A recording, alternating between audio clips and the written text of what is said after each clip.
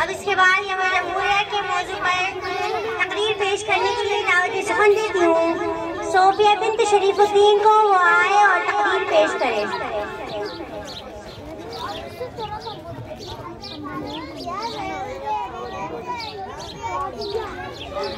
چلا وہ تیر جو بہتر ترین کمان میں ہے، چلا وہ تیر جو بہتر ترین کمان میں ہے، کسی کی آنکھ میں جادو تیری زبان میں۔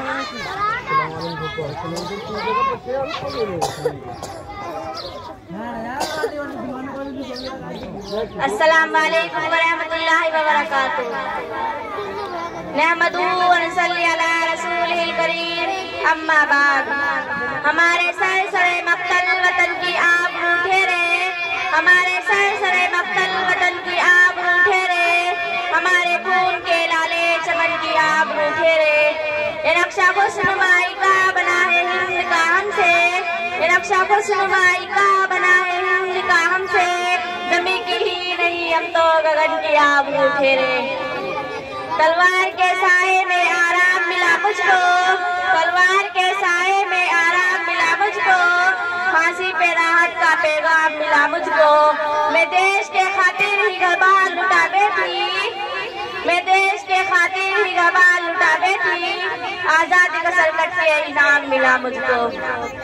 حضرات اساتذہ کرام، عزیز ساتھیوں، مہمانان کرام، میرا موضوع سخن ہے اس ملک کو آزاد کرانے میں علماء کرام کا کردار اور ان کے کارنامے، داستان رسالت عامر سنانی ہے، جنہوں نے ہندوستان میں دین و ایمان کو تحفظ برقرار رکھنے کے لیے اپنی جانوں کو گنوا دیا، جنہوں نے اپنے سکون کو پائندہ کرنے کے لیے گولیوں سے اپنے جسم کو چھلنی کر لیا، جنہوں نے خاک ہند کی عظمت کو بحال رکھنے کے لیے بیویوں کو بیوہ، والدین کو بے اولاد اور اولاد کو یتیم کر دیا، جو مسکراتے ہوئے قاتل کے سامنے اپنے سینوں کو پیش کر دیتے تھے، توپوں کے وار سینے میں بے خوف جھیلتے تھے، توپوں کے وار سینے میں بے خوف جھیلتے تھے، قاتل کا وار ہم کو پیارا تھا کل جہاں سے۔ انگریز وائسرائے برطانیہ نے اپنے ہندوستان سے رپورٹ طلب کی اپنے مشیروں سے، اپنے وزیروں سے کہ جنگ آزادی کے بعد فوری حکومت کیسے رہے گی، تو ڈاکٹر ویلیم جو ہندوستان کے بڑے سیاستدان تھے، اس نے جو رپورٹ وائسرائے برطانیہ کو بھیجی میں اس کو سناتی ہوں۔ انہوں نے لکھا کہ ہندوستان میں مسلمان بہت زیادہ بیدار ہیں اور جنگ آزادی صرف مسلمانوں لڑی ہے، اور مسلمانوں کے اندر جب تک جذبہ جہاد زندہ رہے گا اس وقت تک مسلمانوں پر حکومت نہیں کر سکتے، اس لیے مسلمانوں کے اندر سے جذبہ جہاد ختم کرنا ضروری ہے۔ وہ ہے کہ ہندوستان کے علماء کو ختم کر دیا جائے، ہندوستان کے 3 لاکھ قرآن کریم کے نسخے انگریزوں نے جلائے اور اس کو علماء ختم کرنے کا فیصلہ کر لیا۔ چنانچہ انگریز مورخ خان اپنی یادداشت میں لکھا ہے کہ سن 1864 سے سن 1867 تک انگریزوں نے علماء کو ختم کرنے کا فیصلہ کر لیا، اور یہ 3 سال ہندوستان کے المناک دن ہیں۔ ان 3 سالوں میں انگریزوں نے 14,000 علماء کو پھانسی کے تختے پر لٹکا دیا۔ وہ خود کہتا ہے کہ دہلی کی چار کی چوک سے لے کر خیبر تک کوئی پیڑ ایسا نہ تھا جس پر علماء کی گردنیں نہ لٹکی گئی ہو۔ علماء کو سوروں کی کھالے میں بند کر کے جلتے تنور میں ڈالا گیا، علماء کے جسم کو تانبوں سے داغا گیا، علماء کے جسم کو تانبوں سے داغا گیا، علماء کو ہاتھی کے نیچے کچلایا جاتا۔ وہ خود کہتا ہے کہ لاہور کی جامع مسجد کے اندر انگریز نے ایک پھندا بنا رکھا تھا جہاں پر ایک دن میں 80 علماء کو پھانسی دی جاتی تھی۔ لاہور کے دریا میں 80 علماء کو گولیوں میں بند کر کے ڈال دیا جاتا اور پھر گولیوں کا نشانہ بنایا جاتا۔ وہ کہتے ہیں کہ میں دلی میں اپنے خیمے میں گیا، مجھے بدبو آئی، ایسا لگا مردار کی بدبو ہے، دیکھا تو آنکھ کے انگارے دیکھ رہے ہیں اور انگاروں کے اوپر علماء کے کپڑے اتار کر ان سب کو ڈالا گیا۔ میں نے دیکھتے دیکھتے 40 علماء کو لایا گیا اور ان سب کے کپڑے اتارے گئے، اور انگریزوں نے کہا مولویوں جس طرح ان مولویوں کا ہمیں پکا دیا گیا ہے تمہیں بھی پکا دیا جائے گا، ورنہ کہہ دو جنگ آزادی میں ہم نہ تھے۔ سب کے سب آگ میں پک گئے، کسی نے بات نہیں بدلی۔ خدائی قسم جنگ آزادی میں مولانا جعفر تھانوی کا حکم ہوا اور مولانا یحییٰ کی ڈاڑی کے بال کاٹ دیے گئے۔ ہاں یہ ہے تمنا سے زباں کی دوریاں، ہاں یہ ہے تمنا سے زباں کی دوریاں،